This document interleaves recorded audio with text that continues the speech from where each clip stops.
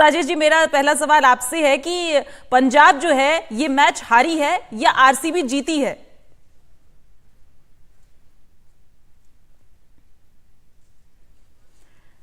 जी राजेश जी, इससे हम संपर्क करने की कोशिश करेंगे। रतिंदर जी, मैं आपको सवाल जो है आपसे पूछना चाह रही हूं कि पंजाब जो है ये मैच हारी है या आरसीबी जीती है, क्या कहेंगे आप? मुझे लगता है पंजाब की बड़ी हार है, क्योंकि कहीं ना कहीं ये मैच उनको जीत जाना चाहिए था। लेकिन बॉलिंग सक्षम हुई नहीं। अगर हम बल्लेबाजी की बात करें, रन थोड़े और भी बन सकते थे। लेकिन पंजाब का ये मलाल रहा है। अगर हम पिछले कुछ साल की बात करें, एक मैच जीतती है, एक हार जाती है।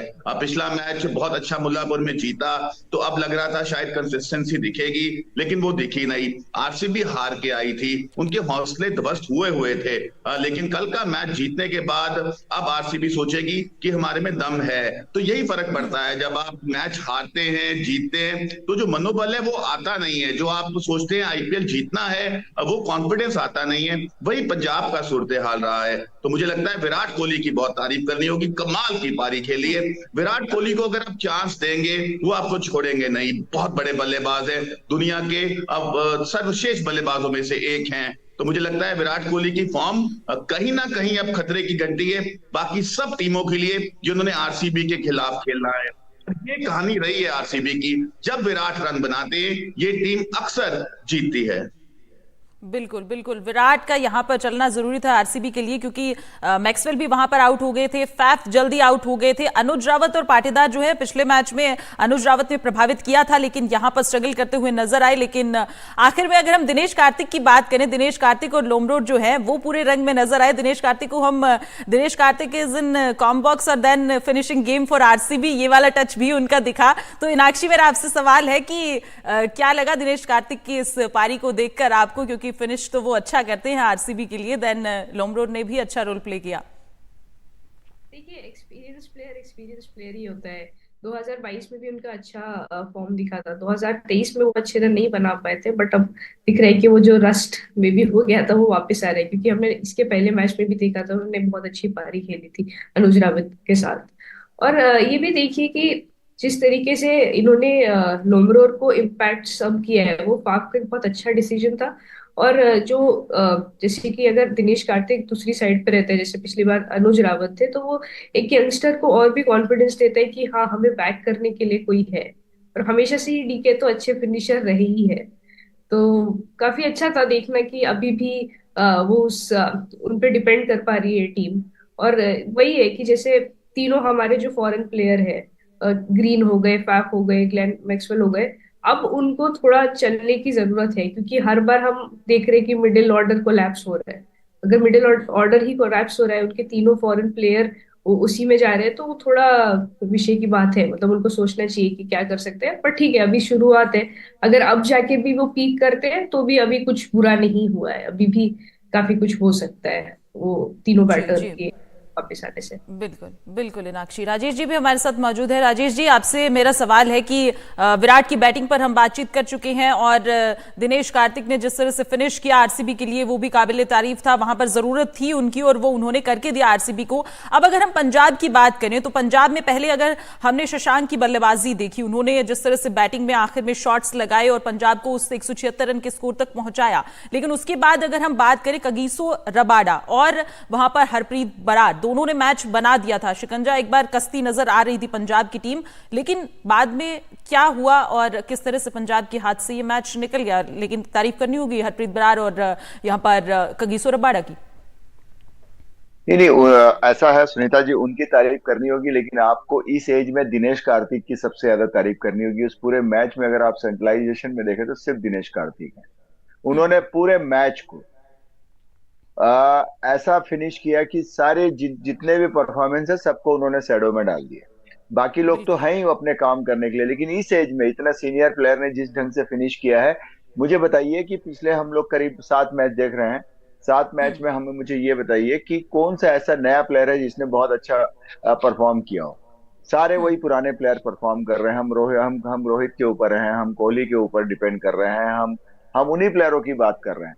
240 प्लेयर करीब करीब खेल रहे हैं पूरे टूर्नामेंट में, और उसमें जितने नए प्लेयर हैं, नए प्लेयर करीब 70 प्लेयर परसेंट खेल रहे हैं हमारे इंडिया के। परफॉर्मेंस के बेस पे देखें तो सिर्फ वही 3-4 प्लेयरों की हम बातें कर रहे हैं, तो कहीं ना कहीं ये लेकिंग है। प्लस मैं जानता हूं कि अगर इस मैच की बात करें तो जिस ढंग से शुरुआत हुई थी, कहीं ना कहीं 20 15 रन कम पड़ गए पंजाब के लिए, नहीं तो वो खत्म कर दे। और हम उसके जी। बावजूद भी आरसीबी से उम्मीद करते हैं कि सिर्फ विराट कोहली चेस करे या ऐसा नहीं होगा। 2020 में सबको अपना अपना हिस्सेदारी देनी पड़ेगी, तब जाकर के पूरे मैच को हम बहुत अच्छे ढंग से हम जीत सकेंगे। जी, क्योंकि पिछला सीजन भी जब हमने देखा तो वहां पर जो आरसीबी का टॉप ऑर्डर था वही कहीं ना कहीं आखिर तक जो मैचेस में गए हैं, आरसीबी गई है आखिर तक, तो उन्हीं 3 शुरुआती जो बल्लेबाज थे। उसके बाद अगर हम यहाँ पर रतिंदर जी ग्रीन की बात करें तो ग्रीन को लेकर आया आरसीबी अपनी टीम में, लेकिन पिछले 2 मैचेस से प्रभाव नहीं छोड़ पा रहे हैं उस तरह का। क्या आगे कंटिन्यू अभी करेंगे या कुछ सोचा जा सकता है?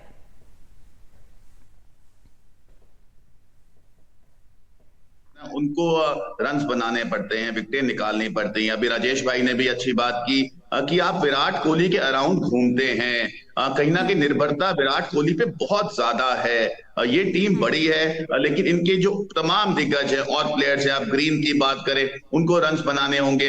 दिनेश कार्तिक काफी नीचे आते हैं, अपना रोल अच्छा अदा करते हैं, लेकिन उससे पहले काफी बल्लेबाजी क्रम है, उनको रन बनाने होंगे। क्योंकि विराट कोहली जब रन बनाते हैं, अगर आप स्टैट्स उठाएंगे, ये टीम जीती है। जब विराट कोहली फेल होते हैं, ये टीम हारती है। तो वन मैन आर्मी नजर आती है ये टीम कभी कभी, और वो अच्छे संकेत नहीं है, क्योंकि विराट का ऑफ डे हो सकता है और टीम्स विराट को भी रीड करती हैं। उनको पता है विराट को आउट कर लोगे 80% मैच आपके हाथ में आ जाएगा। तो वहां पे जरूरत है आरसीबी को काम करने की। तो मुझे पूरा भरोसा है कि इस जीत से उनका मनोबल बड़ा होगा, but they have to think beyond Virat Kohli. Virat Kohli can have a off day. अगर उनका ऑफ डे है तो मैच कौन जिताएगा, कौन जिम्मेदारी लेगा, कौन आके लंबा खेलेगा, लंबे चेस करेगा, जैसे विराट ने कल करके दिखाया है। तो जी हाँ, हम यही उम्मीद करते हैं कि विराट के बिना और भी लड़के जो इस टीम में हैं वो गरजेंगे। बिल्कुल बिल्कुल, बाकी प्लेयर्स को भी अपना जो है रोल वहां पर प्ले करना होगा, तभी एक टीम जो है 11 प्लेयर्स का कॉम्बिनेशन और देन टीम जो है वो आगे बढ़ पाएगी।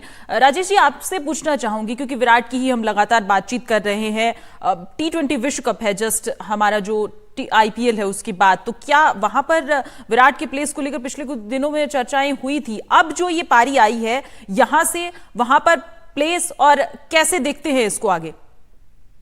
देखिए, वर्ल्ड कप की जो टीम है ना ऑलमोस्ट बन चुकी है। अब एक चीज समझ लीजिए, वर्ल्ड कप की हमारी 1-2 प्लेयरों की सिर्फ ऑप्शन, मतलब सेकंड ऑप्शन का हम जो प्लान कर रहे हैं, उसके लिए हम अपने इस आईपीएल को हम देखेंगे। ठीक है, अब सवाल है हमें जो जरूरत है वो बॉलर की है। सम्मी आपका फिट है कि नहीं हमको देखना पड़ेगा, क्योंकि वो एक ऑपरेशन से बाहर आ रहे हैं, इंजरी से वो वापस आएंगे। बुमराह आपके पास है। तीसरा ऑप्शन आपको ढूंढना पड़ेगा जो बहुत अच्छा हो, बहुत अच्छा हो। मतलब ऐसा नहीं है कि आप ऐसे ले लेंगे कि भाई चलो हम उठा लेते हैं, नहीं, ऐसा नहीं। आपको बहुत अच्छा ऑप्शन जो लंबे समय के लिए हमारे साथ रहे, ऐसा ऑप्शन ढूंढना पड़ेगा। इसलिए वर्ल्ड कप की बात में अगर आप विराट या रोहित या किसी की बात कर रहे हैं तो वो चर्चा खत्म हो चुकी है, वो फिक्स हो गया है। उसमें पूरा नंबर फिक्स है। 1 या 2 पोजीशन होगी, मैं नहीं समझ रहा कि वो 3-4 के आसपास की कोई पोजीशन होगी जो जिसमें एक आध प्लेयर की जरूरत होगी, बस। तो बाकी विराट कोहली ऐसे है, मेरा कहना यही है कि अभी शुरुआती दौर है। अभी आपको जीत हार इतनी इंपॉर्टेंट नहीं रखती जितनी थोड़े 2-2 3-3 मैच के बाद फर्क पड़ेगा। अभी अगर आपके प्लेयर अगर फॉर्म में नहीं आ रहे हैं, आपके नए प्लेयर फॉर्म में नहीं आ रहे हैं, आपके जिनको आपने रखा हुआ है इतने दिनों से टीम में, वो फॉर्म में नहीं आ रहे हैं या अभी शुरू से नहीं कर रहे हैं, तो बाद में मुश्किल है। क्योंकि बाद में हमारे यहाँ की पिचेस और स्लो हो जाएंगी, जैसे जैसे गर्मी बढ़ेगी पिचेस स्लो हो जाएंगी। इतना आसान नहीं है बैटिंग करना अब हमारी पिचों पे। तो ये समझना पड़ेगा हम लोगों को, तो थोड़ा सा इस चीज को हम लोग ध्यान में रखें।